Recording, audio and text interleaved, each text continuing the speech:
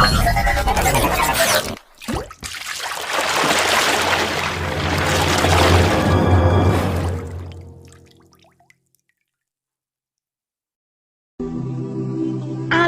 Nabi, Rasul, kenapa mereka minta hidayah? Kalau yang jahil sudah, yang baru separuh ilmu sudah, yang sudah berilmu tidak beramal sudah, yang meyakini yang batil sudah. Sekarang kita tanya, kenapa Nabi tetap minta hidayah? Kalau 4 tadi menceritakan tentang diri kita, tapi kalau kemudian yang kelima, kenapa Nabi dan orang-orang soleh yang mengikuti jalan para Nabi, yaitu para sahabat, para tabi'in, dan kita yang berusaha untuk mengikuti mereka, ridwanullah alaihim, kenapa kita masih tetap minta hidayah? Karena belum tentu apa yang antum dapatkan kalau sudah benar itu menjamin antum itu meninggal dalam keadaan itu. Kita apa pernah menjamin bahwasanya kita akan mati husnul khatimah dalam keadaan iman? Siapa yang menggaransi iman kita? Tidak ada. Minta hidayah supaya Allah itu memberikan istiqomah setelah kita dapat ilmu yang benar. Bukankah Allah menunjukkan lembaran-lembaran kehidupan sejarah, banyak orang yang mereka itu bertabur iman di awal kehidupan, tetapi mereka matinya murtad.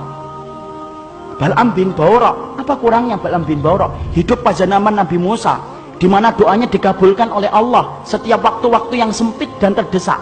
Sampai Malik bin Dinar berkata, karena mujabud da'wah fi syada'id. Kalau sudah bicara tentang Bal'am bin Ba'urah, Masya Allah, doanya selalu dikabulkan oleh Allah dalam keadaan genting. Kata Malik bin Dinar rahimahullahu ta'ala ketika menafsirkan surat Al-A'raf 175. Tapi matinya murtad.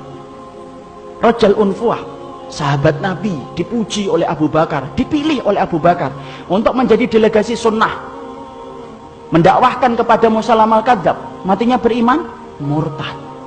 Ubaidillah bin Jahsy yang pernah menyelamatkan kehidupan agamanya sampai ke Habasyah, ketika Nabi masih di Mekah, ikut di dalam hijrah yang pertama, hijrah yang kedua ke Habasyah, beriman, tidak, murtad di Habasyah. Kecintaannya minum khamr menjadikan dia murtad. Seorang muadzin yang diceritakan oleh Imam Qurtubi, murtad ketika kemudian tergiur dengan pesona seorang wanita yang dia lihat ketika adzan di tempat yang tinggi. Orang dulu ketika adzan naik ke tempat yang tinggi, melihat seorang wanita begitu cantik turun, ini gentle dia ini, turun, dia katakan dia cinta sama wanita itu. Wanita itu berkata, tidak bisa kamu ini, nerima kamu, karena kami Nasrani dan kamu Muslim. Loh, dengan apa saya bisa diterima? Berpindah kepada Nasara. Pindah, ikhwan.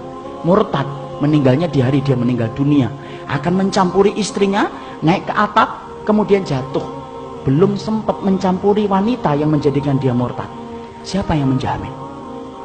Ini yang kemudian kita khawatirkan. Minta terus hidayah.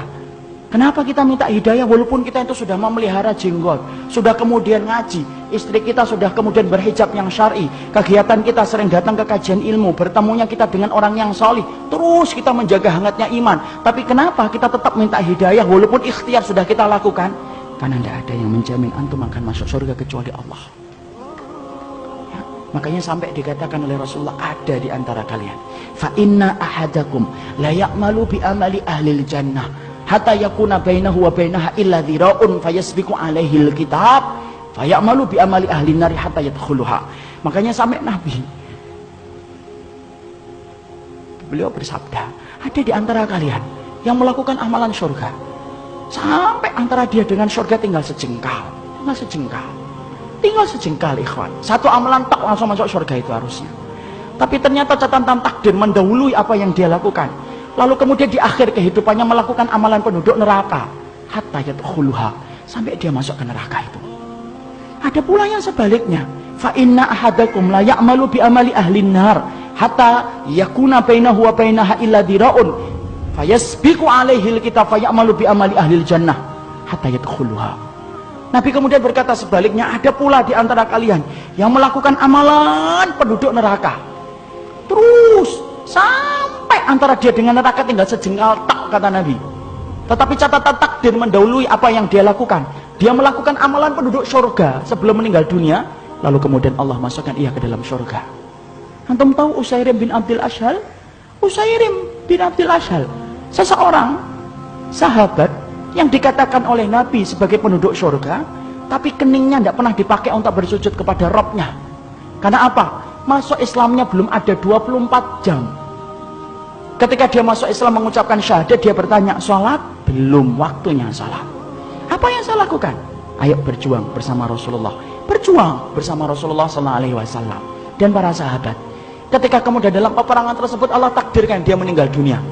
Ketika meninggal dunia, maka ramai para sahabat membicarakan tentang Usairim bin Abdul Asyal.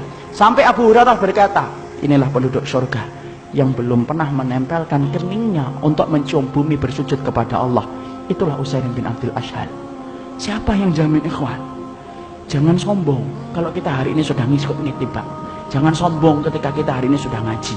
Belum tentu itu akan menjadi jaminan bahwasanya itu menjadi keimanan kita ketika meninggal dunia.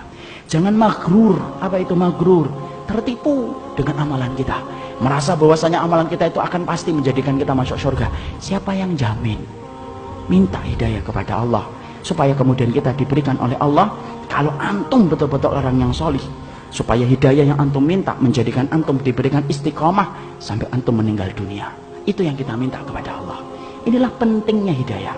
Makanya di dalam kehidupan kita sampai Allah terangkan doa yang pertama bukan doa meminta ampunan. Doa yang pertama bukan meminta surga. Doa yang pertama di dalam Al-Quran bukan meminta perlindungan dari neraka. Tapi doa yang pertama, ikhwan, antum sebagai hambanya Allah diajarin oleh Allah. Kita diajarin oleh Allah minta hidayah. Karena kalau antum sudah dapat hidayah, antum diampuni oleh Allah. Kalau antum sudah dapat hidayah, antum dimasukkan surga oleh Allah. Kalau antum minta hidayah, antum akan dijaga dari api neraka, dan itu didahului dengan hidayah.